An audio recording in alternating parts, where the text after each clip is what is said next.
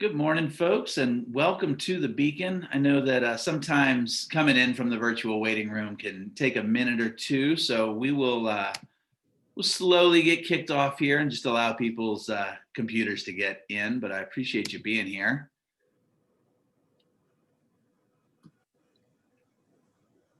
All right. My name is Kevin Wilson, and you are tuned into the Beacon. This is Dominion Payroll's ongoing webinar series where we bring you insights and perspectives from around the business community to help you navigate today's challenges and rise to meet the opportunities ahead. We've done everything from legislative updates and analysis to industry spotlights. And, really we love that we provide a forum where we can share folks' entrepreneurial journeys and sort of their unique perspectives that you wouldn't hear otherwise. We're here for you every Wednesday at 11 a.m. and very much appreciate you joining us. I'm really excited to welcome our panel today. Well, before I introduce them, just a few housekeeping measures. If you do have any questions for our guests, please drop those in the Q&A function at the bottom of your screen. We ask that you avoid the chat. We record these for posterity and host them on our website so folks can review them later. The chat does not play nicely with that and just disappears into the ether afterwards. So use that Q&A. As always, if you want to register for any of our upcoming webinars, please go to dominionpayroll.com and hit that COVID-19 resource button that's at the top of the homepage. That'll take you to a whole host of resources, including previous recordings of our webinar series, and then a ton of forms and information on everything from the CARES Act, the new second round of stimulus, FFCRA, and the alphabet soup that we have all grown to know and love over the last several months. Should you have any technical questions of a payroll nature, please reach out to questions@dominionpayroll.com day or night, and we will get an answer to you just as rapidly as we can. All right, now, without further ado, on to today's topic, one that I think is incredibly relevant for employers out there that are trying to navigate just this rocky terrain that we find ourselves in, and certainly for parents in this day and age who are trying to figure out how to be both professionals, but also cooks, coaches, and teachers at the same time. We're going to be looking at how employers are supporting their employees' childcare and education needs. That's a topic that hasn't always been central to an HR focus in organizations, but I think over the last several months, with schools being shut down, with the ability for people to engage in extracurricular activities, it really has risen to the forefront of people's HR strategies. And then representing in this conversation, we're going to be talking about how private companies are rising to meet the demands of public education and meet students where they are to help parents out. There's a lot of puzzle pieces in this jigsaw puzzle, and everybody's trying to put them together in a way that makes the most sense. So as I said, without further ado, it really is my great pleasure to welcome, in no particular order, Stephanie Jefferson, president and co-founder of Little Scholars here in Richmond, Virginia, with a background in early childhood education, about 15 years in that career. Stephanie started tutoring as organically as you possibly can, helping a friend out as they were trying to get their child ready for kindergarten. From there, I think the spark was lit, and through tutoring and hosting classes and enrichment activities, Little Scholars was born in 2006. And has been operating now to reach over 10,000 children and having an impact in schools and in private homes all around Virginia. Stephanie, thanks so much for taking the time this morning. Thanks for having me. Absolutely. Next up, it's my pleasure to introduce Lauren Andrews. Lauren is the HR project manager at Keiter CPA. Been with Keiter since 2008 and now manages the HR management team. I know that a big focus of Lauren's work is to engage in the dialogue between staff and leadership to positively impact retention and engagement. I mean, two huge metrics that the modern workforce pays attention to. And, I think this conversation today is a big part of that, like I said, that puzzle that we're all trying to solve. So Lauren, thanks for being here. I'm excited to learn from you. Yeah, I'm excited too. Thank you. Absolutely. Last, certainly not least, Steve Van Dam is the CEO of Light the Music. This is a virtual music company that focuses on engaging virtual music ensembles for grades 7 through 12. After touring in a rock band, Steve got off to a start with Light the Music in 2012. And it's, I believe, started with a focus on students with autism, but has grown over the last almost 10 years to really expand to all students in music education. Really excited to learn about this model and some of the challenges that you're overcoming every day. Thanks for being here, Steve. Awesome. I'm excited to learn too. So great to be here. I think that's a great thing about this program and these discussions is that hopefully everybody walks away with maybe something actionable, something to sort of mull in their head, and hopefully we're all better for it. That's the aim, at least. Stephanie, I'd like to start with you, and if I can just sort of pass the mic your way and ask you to tell us a little bit about Little Scholars in your own words, and maybe if you could sort of compare and contrast, what was 2019 Little Scholars? What did that model look like? And obviously in March the whole world went sideways, and I'm sure there was probably some head scratching and maybe some red-eyed stares in the mirror, like what the heck is going on? But where is Little Scholars situated in this day and age? Sure. Really different in a lot of ways, but the core is still the same, I feel like. So pre-COVID, we worked in 13 states providing after-school programs, summer camps, and tutoring to families and schools, both public and private schools. As you can imagine, within literally like 24 hours, that came to a screeching halt. And we had to really think about how we were going to transition what we knew how to do into how the world was working at that moment. So we started by doing some virtual programs to finish out some of our after school programs. And as summer camps kind of transformed, we did still provide in-person summer camps in several of the states where the schools were open. We also provided virtual programming to some of the schools who were only able to provide programs that way. Obviously, our tutoring business had quite an uptick just because families were really looking to bridge that gap of learning, especially for the kids, the younger kids who really weren't getting that in-person interaction. Since the fall, and once schools have decided what they were going to do, we've set up learning labs, and what those are actually just where we go in to civic organizations. We actually have one running in our office because all of our employees are working remotely now. And so we have teachers who oversee the children's virtual learning, tutoring, with all that good stuff. Obviously, tutoring is still the core of our business. We are still working with many schools. We work with a lot of Title I type programs, providing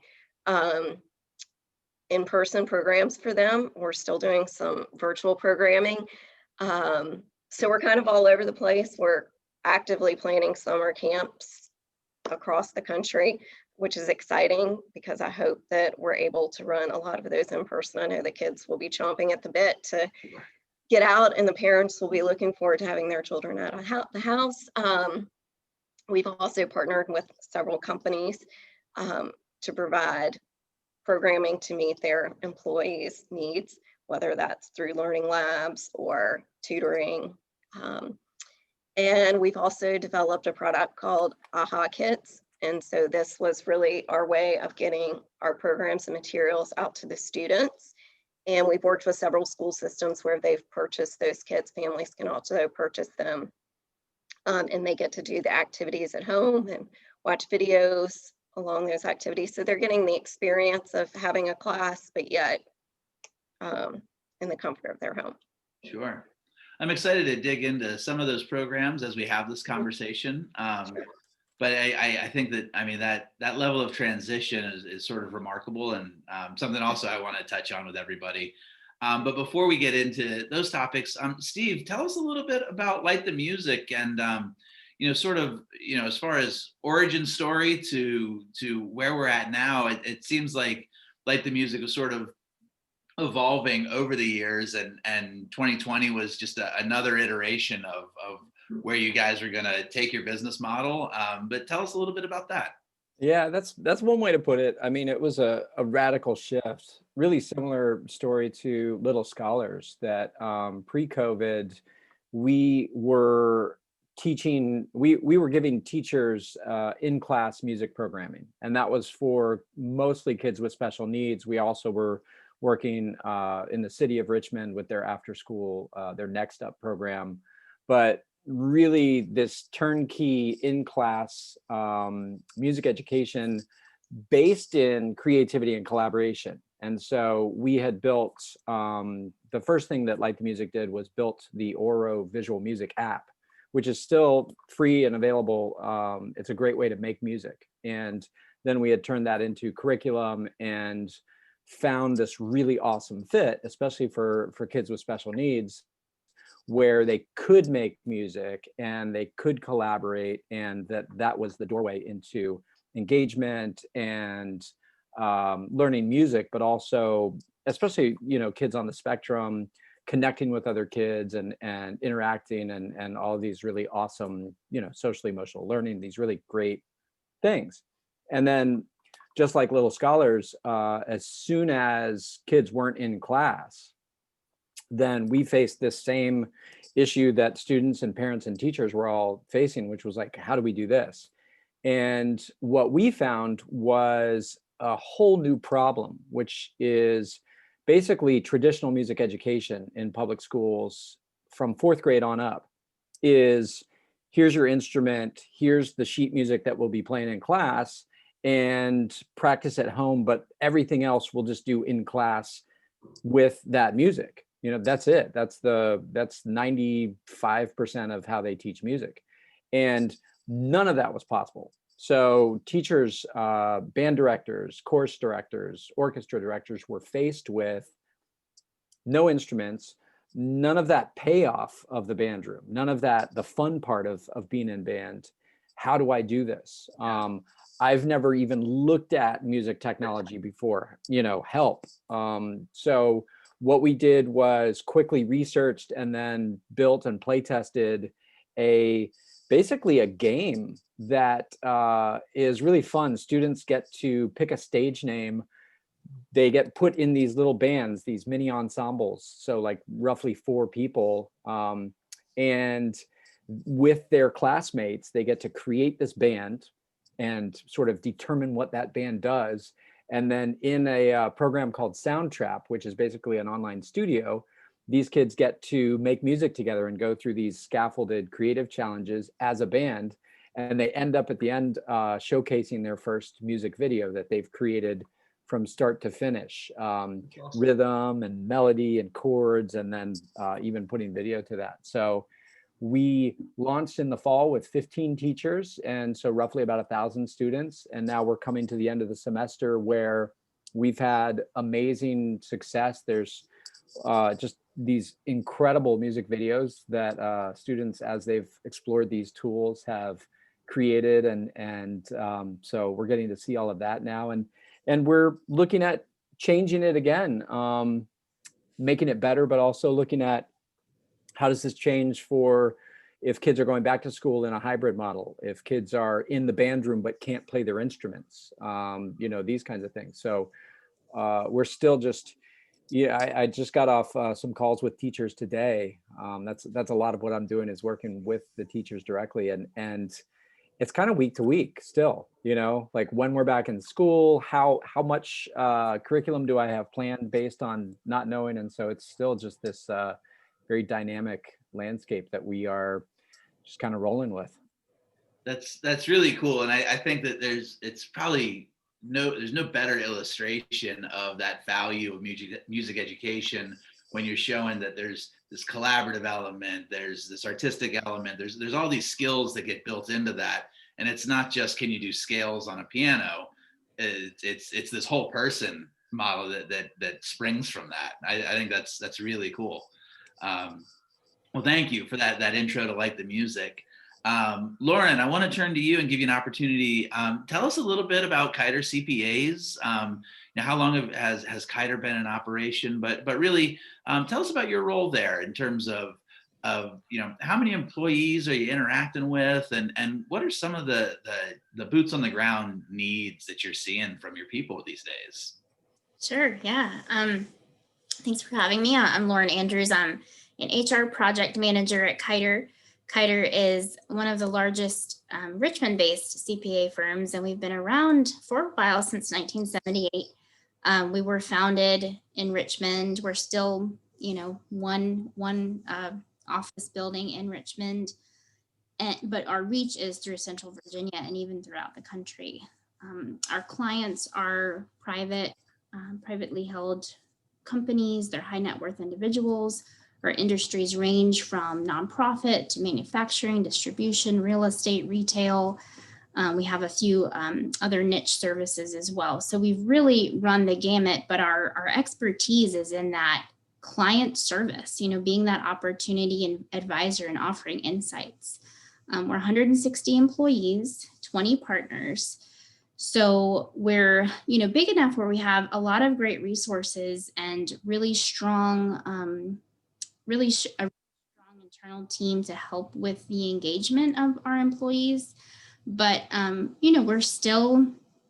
we're still a medium-sized firm. We're not going to have the resources of a Cap 1 or a larger organization. And so I feel like this whole experience has really helped us to come together as an organization and really start collaborating and gathering information from all levels. So when all of this began, feels like 10 years ago, but I guess it's almost a year ago, we started, and it was funny when Steve, when you said it seems like it changes weekly, we did start having daily and now weekly conversations on where do we go from here? The just kind of let's get through the next day, and then what does this look like for the next month? But I think our challenge really lies in that we can't disrupt our client service. We can't disrupt the deadlines, and fortunately there was an extension last year, but with the CARES Act and everything going on, our clients needed us even more. And so to be able to continue to provide that level of service while a lot of our employees were impacted by having not just the ones with children at home, but even those single ones who maybe were dealing with some, taking care of family members or dealing with some, personal mental health issues. Like, I think we were all in a situation where we were impacted by all of this. So I think at first our initial reaction was, how do we maintain this level of service for our clients while also, giving a nod to the fact that life is completely turned upside down for all of us. So obviously I think we did what a lot of other companies did. We went on Microsoft Teams, and we were able to use some technology to help us at least meet the productivity needs. But then I would say, as the weeks went on and we realized that this is not just a short-term fix, we need to be looking at the long term. We did start having a lot more conversations around what can we do to structure our work differently, our schedules differently. What conversations do we need to be having with our people? And so we have a fairly robust management program. It used to be called, the role used to be called an advocate. Now it's called a performance coach. But we really do put a lot of emphasis on our performance coaches to have those conversations on a regular basis with their people to find out what is it that you need. And for, a lot of the population with young children at home, it really was that flexibility, because they didn't know from day to day what it was going to look like. Maybe it was helping a kid with algebra, or maybe it was, having to just take a day off and just try to reset. But I think for us, this past year has really put an emphasis on how different we all are, and how having the conversations on what we all need rather than putting in a blanket approach, it's just become very, very apparent right now. I think we've gotten a lot of good insights from each other. We started a parenting, I don't know what they're called, but like a parenting group chat on Teams so that people could offer suggestions, whether they found a program that works for them or just had some tips. And so I think that sense of community has really come to light through all of this, which has been good. As an employer for a professional services firm, we are, we're selling our people's expertise. Like we need them to be, happy, engaged, able to do the work. And so I think for us, we're constantly looking at what can we provide, what can we help facilitate, so that everyone, it may still be stressful and disruptive, but is there something we can add in there that will make the day just a little bit better? I think you make a really good point there, where some conversations I've had with employers, there's a feeling that implementing a whole HR suite of benefits is this massive lift, and it's really involved, and it's programmatic, and it involves all these resources and all this allocation of time, and that can certainly be the case in some instances, but sometimes it's setting up a Teams channel and saying, hey guys, here's a forum for you to chat and share articles. And that little tweak where you just sort of like, this is sanctioned, we support it, we recognize that 9 to 5, you don't stop being a parent, you don't stop being, you don't stop being a Braves fan, what have you. And these things where we've made space in our professional lives that it's okay to be a parent. I think folks need to recognize that it isn't always a huge, multi-$1,000 investment. Sometimes it really is just making that space. Yeah, if I can build on that just for a second, what we found talking with our teachers and what I've found talking with my kids, sometimes it's as simple as just empathy, just being there and saying, you know what, this is hard. This is absolutely hard. This has been so challenging in a lot of ways. And whether it's a teacher or my own personal kids who went from being really good students to virtual students, not the best grades that I've ever seen in my life. And just having that empathy and slowing down for a second and saying, hey, you know what? This is super hard. Like, how are you doing? How are you feeling? And that, even a step that small, I think we've seen with our teachers has been sometimes just the right thing, just the right thing to support them. Love that. That's a great point. Thanks for that. Stephanie, I'd like to turn to you because, one part of this conversation I really do sort of want to explore is that partnership between employers all the way through to parents. And I think the Little Scholars sort of bridges that world, and our education system is such that there are a lot of ancillary pieces. It's not just the community schoolhouse where everybody goes and then they all come home and we all eat dinner at 5 p.m. and go to bed when the sun goes down. That world doesn't exist anymore. And I think that Little Scholars has had some success talking with companies and becoming part of this benefit package, if you will. And I'm curious if you could sort of talk about what that looks like from your end, and sort of how do you manage that bridge between the needs and wants of parents that are out there, and then the sometimes perhaps not perfectly aligned goals of a company. Yeah, sure. I think it's really hard for companies because they're not in the education space. This kind of got dumped in their lap to be the problem solver so their employees could have the peace and the time to be able to work and do what they were supposed to be doing. So we partnered with a Fortune 500 company that's based in Richmond, plus some other companies locally and also in the Northern Virginia area.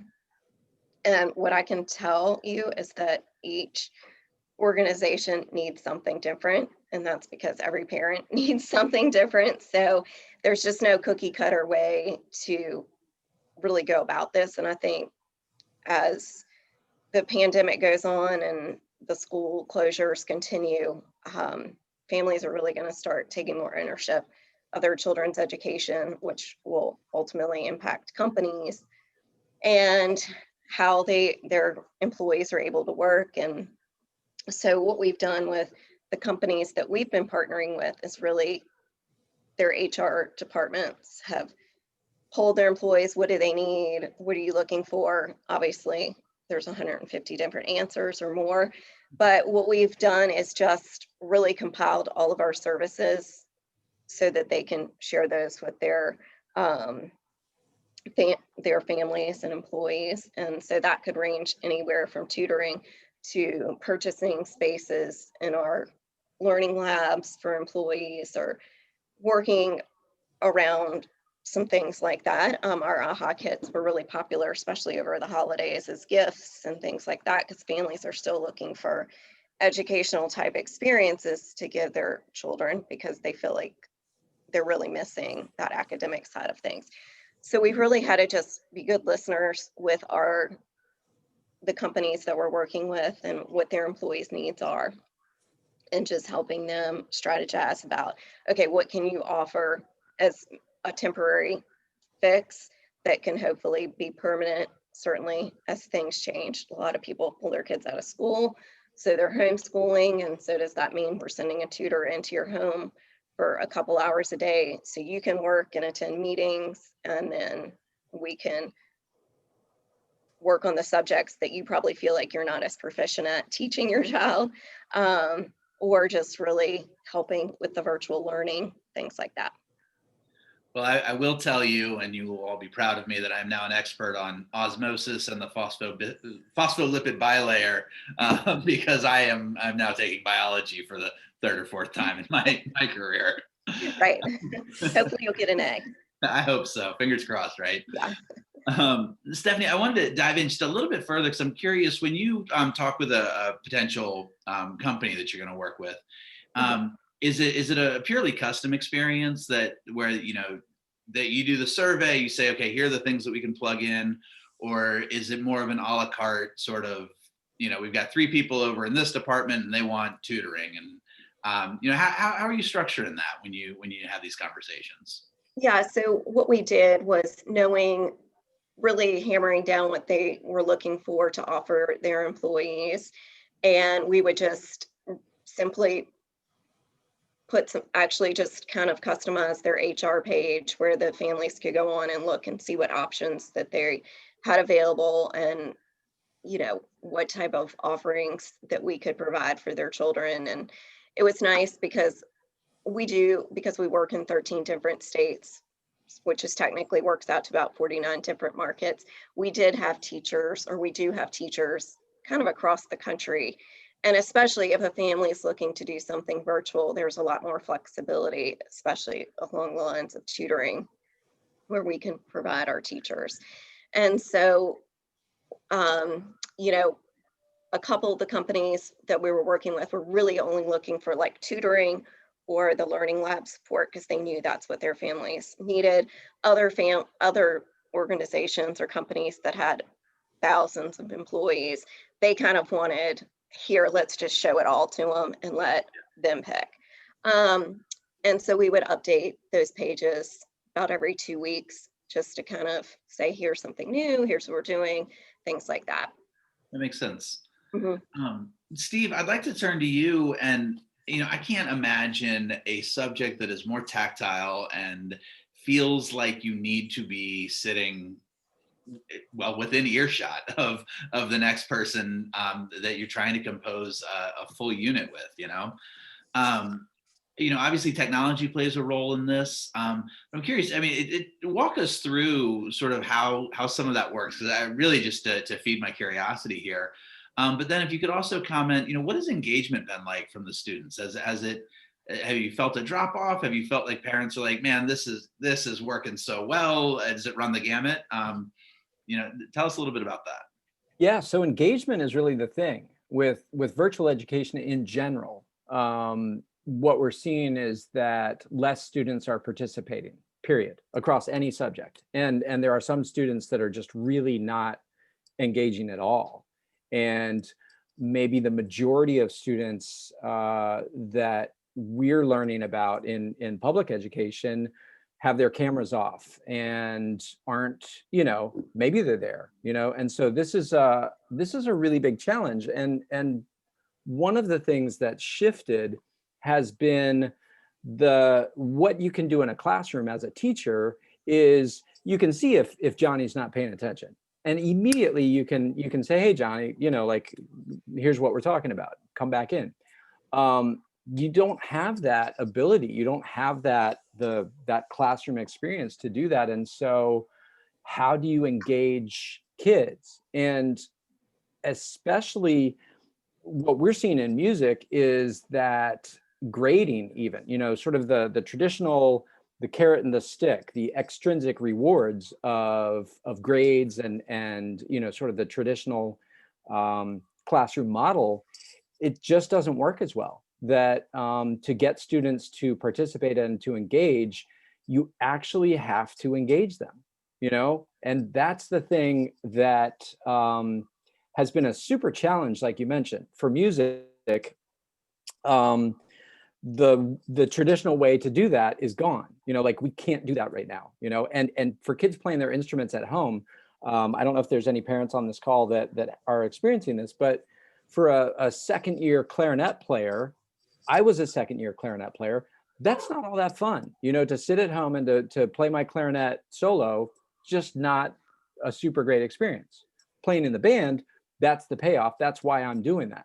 So to take that out of the mix, and especially in music, there hasn't been this push for technology. In math or English, any other subject, there's already these wonderful platforms.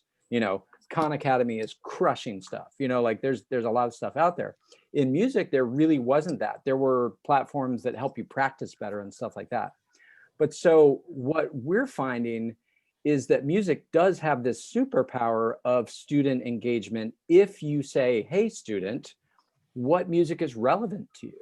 What do you care about? Would you like to explore that kind of music? You can make that kind of music. That beat that you like, you can make that. Here's how. And so then it turns into this doorway. And what we're finding is that path to engagement, student choice, student voice, and relevance, suddenly students really engage. And the other thing that I just did a deep dive over the break on extrinsic versus intrinsic motivators.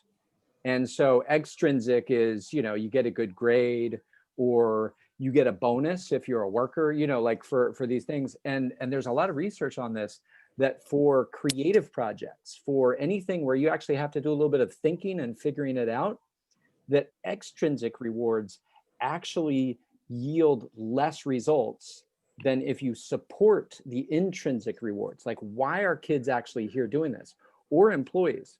But if you can support those intrinsic rewards, I want to do something cool that my peers say, oh, that's really cool. I want to learn more about Taylor Swift because I love Taylor Swift. If you can support those intrinsic rewards, and parents can do this too, but that's really where you can find good results. And the challenge for us right now is helping teachers do that, because it's harder to teach that way. It's not cut and dried. It's not, did you do the assignment? Did you, get the right answers? Music has always been a little bit outside of that of, what's the right music? If you're composing music, there are so many choices, but to help teachers look at this in a whole new way is a really interesting challenge. And that goes beyond COVID. That goes into the changes that we can make in education right now that will make education for every student better, virtual or in class. Well, here. I think that's actually a really, really relevant way to bring Lauren into the conversation. Because I think that whether you're talking about students and their engagement or disengagement in a virtual environment, HR leaders and companies have to have that same concern. I hear it all the time, hey, we're not having these water cooler conversations. How are the that cumulatively make up our culture? Well, if they're not happening, or I can't see them happening, are they happening? Are we losing everything here? And that choice, voice, and relevance, a really good way, I think, applicable in that HR space. Lauren, I'm wondering if you could talk to us a little bit about some of the ways that you are engaging with your employees, and it doesn't have to be, childcare or education specific, but there's a lot to navigate in the last several months, and perhaps a lot of the 2019 model of let's have Hawaiian shirts on Friday and pizza at the meeting, and we'll all high five and get out of here. Maybe that's not so relevant. Maybe that doesn't actually speak to our actual needs as fully formed human beings that want that intrinsic value of bringing value to their work and feeling like, man, I made a difference this week. I made a difference on this project. Sorry, I'm not trying to put words in your mouth. Let me throw the mic to you. Yeah, no, absolutely. And so interesting. I'm thinking of a few things right now, but Keiter employees have, at least since I've been there, have historically always identified the people and their relationships within the firm as the number one reason why they stay at Keiter. I think clients are a close second if we have any clients on the call, but it really is about having those collaborations with people and strengthening those relationships. And so very early on in all of this, we did have a lot of concerns that we were going to lose that we would somehow lose our culture because we could no longer have the happy hours or the firm get-togethers, and we do have some pretty great firm get-togethers. I mean, that was kind of our thing, especially during the busy season. We typically have a lot of whether it's, lunches down in the cafeteria or, just kind of little fun events throughout the season. Like, we had a lot of opportunities for people to interface with each other during a deadline driven, challenging time of year. And so we did have a lot of concerns about how is this going to affect morale? How are we going to keep up those collaborations, especially for brand new people? We typically bring in a big class every fall. And so when this started last spring, that our new class had only been in their roles for a few months before, everything turned upside down. And then we bring in interns during the summer. So we were challenged with how do we still show who Keiter is without being able to spend time together. And so then I think, what I mentioned earlier was, it really was about asking the people, asking for suggestions. Like, there was not a one size fits all. We had some folks who were comfortable in outdoor small events, like, 10 or fewer people, socially distanced outside. We had folks who were not comfortable with that, but were comfortable with an online virtual trivia, things that were able to engage them together, but not necessarily in person. And then, during the summer, our two bigger departments, our tax and our audit group, really sat down with their teams. Deadline was over. We're able to kind of decompress, and both groups came up with some really good suggestions on how to engage the teams. So using Microsoft Teams, they did establish some norms around what are the expectations of being on your chat. When can you be reached? We established this concept of office hours, where you could, we always look at people's calendars to make sure that they're not, they're interruptible, but just these pockets of time where the norm was that you could be interrupted, because we wanted people to feel like it's okay. Like, it's okay for you to pop in and say hi, or pop in with a question. Because that's really part of our culture, is that open door policy.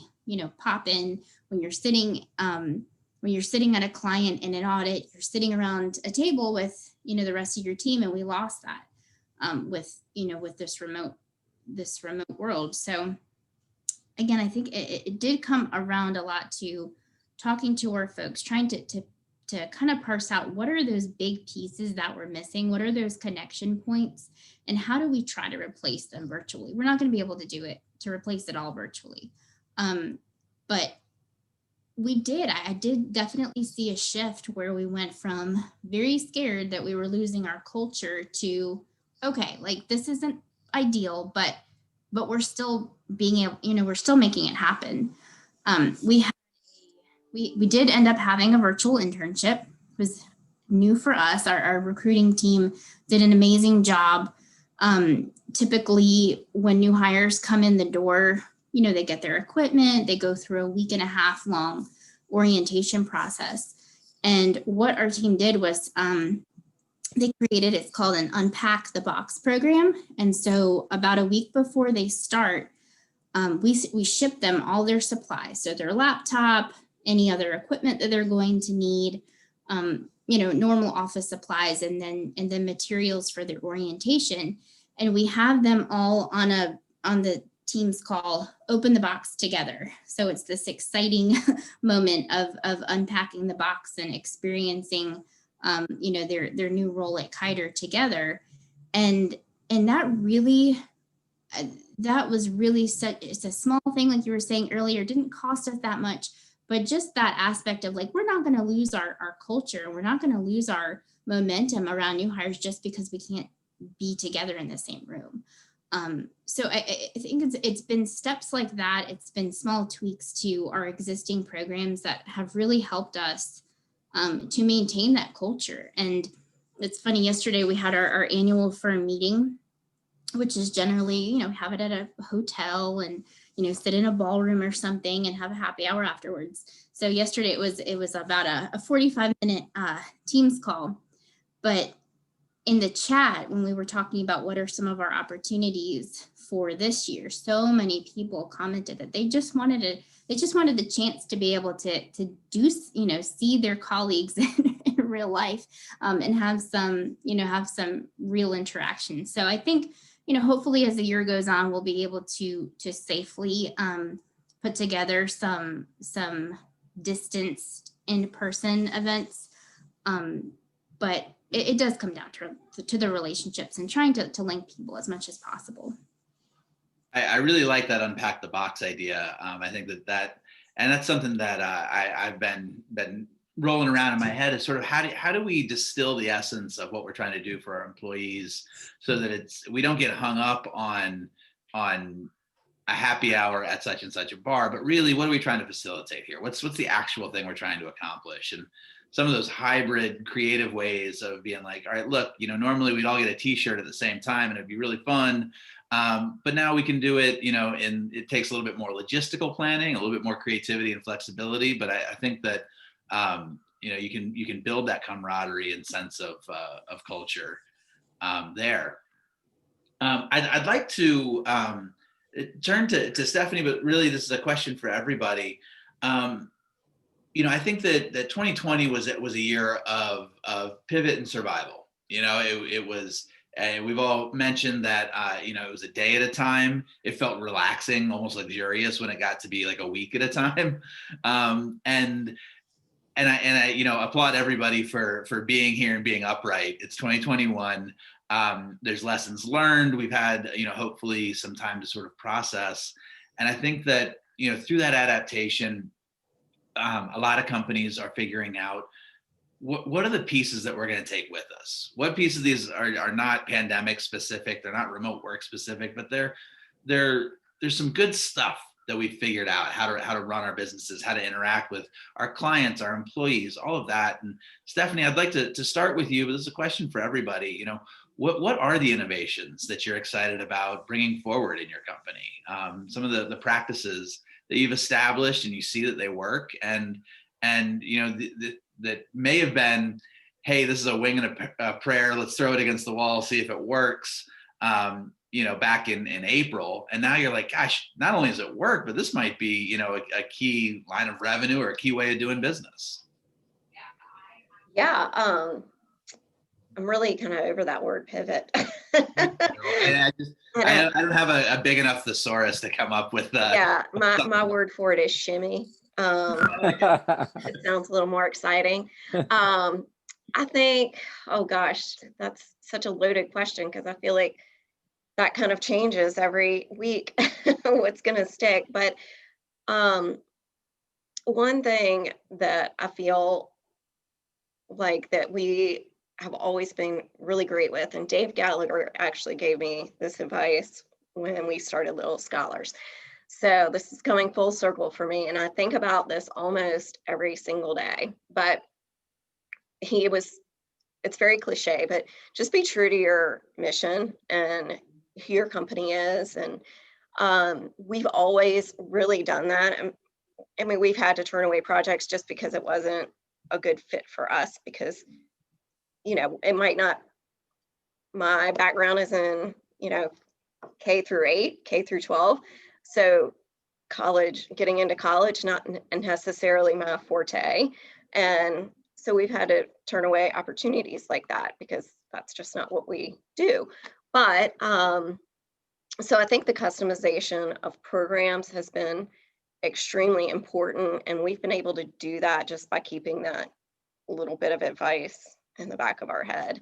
I think that's one of the things we were always really good at was when a school or family or business called in and said, here's what we're looking for. What can you do? And we can kind of create that product or that curriculum or that experience for that family or business or school. And so I think that has been really instrumental over the past almost year. It's hard to believe, right? Yeah. It's like the longest, shortest time, the shortest, longest time. I'm not sure which. Every day it feels like my view of the recent past is expands and contracts. Yes. Steve, I'd like to turn to you, and I'm sure that there's been a lot of lessons learned over the last semester as you sort of developed and everything. Are some of those changes, are they sticking around for Light the Music?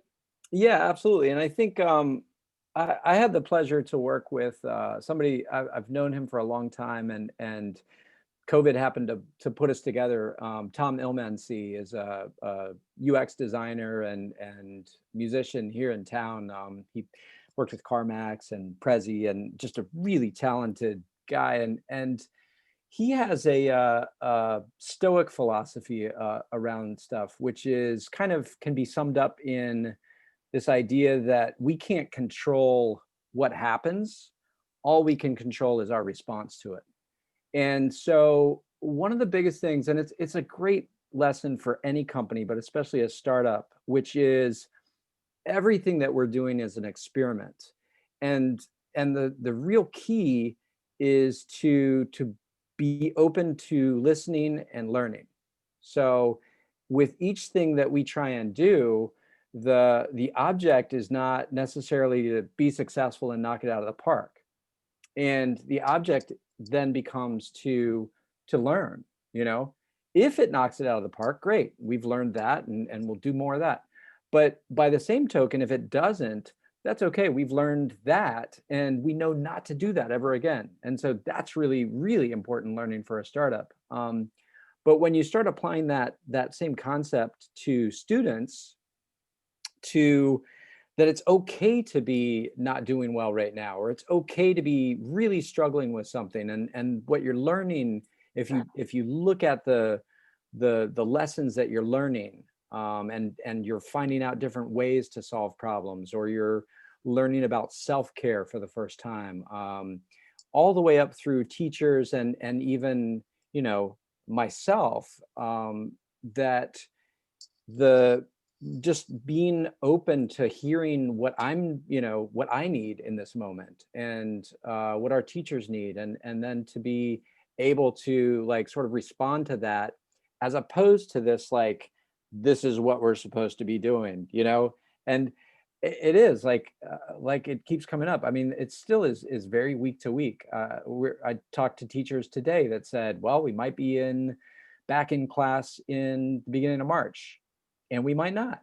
And so it's really hard to plan for that. So the lesson is just to try to, just keep rolling with those changes. And the key to that is to just listen and just always be open to what's really happening right now. And that's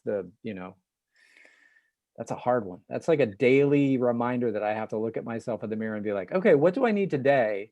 And then go from there. I know. I wish this was all distillable to like a Post-it note I could put on the mirror and just be like, all right, I got this day figured out. But I don't know. Guys, let me know if you come up with what that phrase is, or that magic charm is.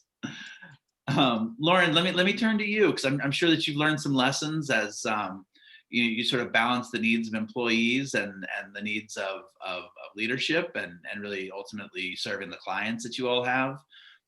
What's something you think you'll bring forward into 2021 and the years beyond? Yeah, I mean, similar to what Steve was saying, I do think this has helped us to view employees as whole people with lives and things going on at home. I mean, I think even just the simple aspect of being able to walk inside somebody's home and to see a dog pop up or a child or whatever, I think it's helped us to really start to appreciate all of the different motivators and situations that our staff are in. And I think that will continue, and I think that will grow. I've read this a lot that, I think this will also reframe the way that we, the value that we put on being in the office. I think prior to COVID, I don't want to say we had like you had to be in your seat kind of mentality, but I do think that we were more of the, if you're not in the office, then you're probably not as productive. And through this, we have seen that, with the circumstances of dealing with stuff at home aside, we've seen that we can still get it done, and in some cases we are more productive. So I think this has really helped to kind of force an issue that we needed to get through. But now we've seen that it works. We've seen that you don't have to be in the office to make something happen. And what that's going to do is open up for us, our talent pool and potentially our client pool too. We do already have clients in other states, but I think that just the fact that we could pop on, and we're comfortable with that now. We're all comfortable with opening up a video and talking to someone and collaborating that way. I absolutely think that that's going to lead to more work, and I think we'll be able to get talent in non-Richmond areas. Yeah, I love that. I think that I think a couple red threads that have picked up on it through this whole conversation is, sort of centralizing our empathy into how we're dealing with, whether it's clients or students or employees, and that call towards flexibility, and recognizing that the model now doesn't necessarily have to look super familiar, and that there are creative ways that we can engage and get projects done and accomplish education goals. We can serve clients and our people in ways that don't look like the last decade, and that's not a bad thing. That's actually may be a really great opportunity for growth. And I think lastly, something that we all hit on was the key nature of communication in a tough time.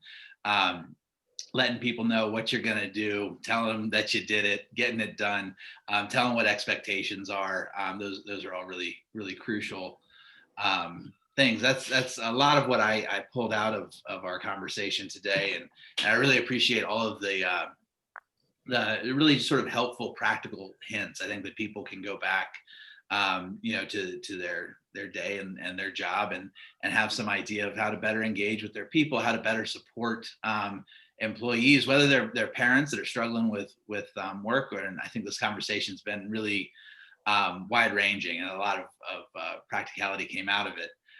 Stephanie, I'd like to give you just an opportunity to throw a little spotlight on Little Scholars. If you could tell folks, how can they connect with Little Scholars? If they're either individuals or companies that want to enlist your services or learn more, what's the best way for them to do that? Thank you. I appreciate that. Obviously, reaching out to us through our website, which is littlescholarssllc.com. and just clicking on contact us and shooting an email that way. We're pretty quick to respond. Calling our office, the number's 804-447-4095. Kevin also knows how to reach me as well. And yeah, we'd love to help and be a part of the process with you. Love it. And for anybody who hasn't, in the recent edition of the Richmond Times-Dispatch, Little Scholars had a great write-up about some of the work that they're doing. So head over to RTD and take a look at that. Good article there. Steve, tell us, how can folks reach out to Light the Music? Yeah, we're growing leaps and bounds right now, and it's really easy. Teachers just go to our website, and there's a way to either sign up or to schedule a call with one of us, and that's lightthemusic.com, LIGHT themusic.com. And I would just say one other thing. If you have an opportunity to, if you have kids, take the opportunity to thank your teachers, your kids' teachers. They've been doing just such hard work with fewer payoffs. And if that also includes, hey, you should check out lightthemusic.com, awesome. But no matter what, like, give them a shout out, give them some love, because they really, really deserve it. I love it. That's a really good call to action there. The folks that are out there day in and day out, I think in the best of times, it was a thankless task, and the struggle is real. We live next door to my son's third grade teacher, and I just want to hug her every time I'm walking the dog and see her. Just say thank you. Totally. Lauren, how can anybody on the call that needs accounting services, how can they get in touch with Keiter? And I'm going to give you sort of the spotlight to take us out today. Any calls to action or any positive words of encouragement for folks that are navigating sort of the unique HR demands of today? Sure. Yeah. So you can reach our website is keitercpa.com, and you could feel free to reach out to me if you have a question. I believe our website or our email address is info at keitercpa.com if you had a question about specific services and how to get in touch with someone. We've definitely helped lots of clients get through this, the craziness of this year. So definitely reach out if you'd like some guidance. On closing, I think, like, as I've said throughout our hour together, is just listening to what folks need. I think it does change on a regular basis. So making sure that you are planning, it can be so easy to go through 3 months and you're like, what just happened? So putting in those intentional stop points to stop, check, ask, find out from a variety of folks at different levels how they're feeling and what they might need to help get them through. So communication, super, super important. I love it. Lauren, thank you so much for that. We appreciate it. And to Stephanie and Steve, it's been a real privilege to host this conversation. I love all the insights and sort of your unique perspective that you brought to the table. So thank you all so much for being here. We really do appreciate it. It looks like we got one quick comment here. So this is just Rodney connecting with Steve. Rodney from Little Scholars. I'll connect you guys in an email afterwards. So all right. Well, everybody, thank you for being generous with your time and your perspective. Thanks for being here today. Thanks, Kevin. Bye. Awesome. Great to meet you. All right, everybody out there in webinar land. As always, we truly appreciate you joining us and being here. We are here every day, or every Wednesday rather, for episodes of HR Matters and The Beacon. And then every Tuesday, we are doing legislative updates where we're walking you through the second round of stimulus that was approved here at the end of December and is starting to roll out and impact your business. And then we have regular trainings every Thursday. So we do hope that you'll join us. You can go to dominionpayroll.com and hit that COVID-19 resource button at the top of the homepage. And there you can learn all about our upcoming webinar schedule. My name is Kevin Wilson. It's a pleasure to host the Beacon here every other Wednesday. Thank you for being here, and I hope everybody has a safe and wonderful Wednesday. And don't forget, wash your hands.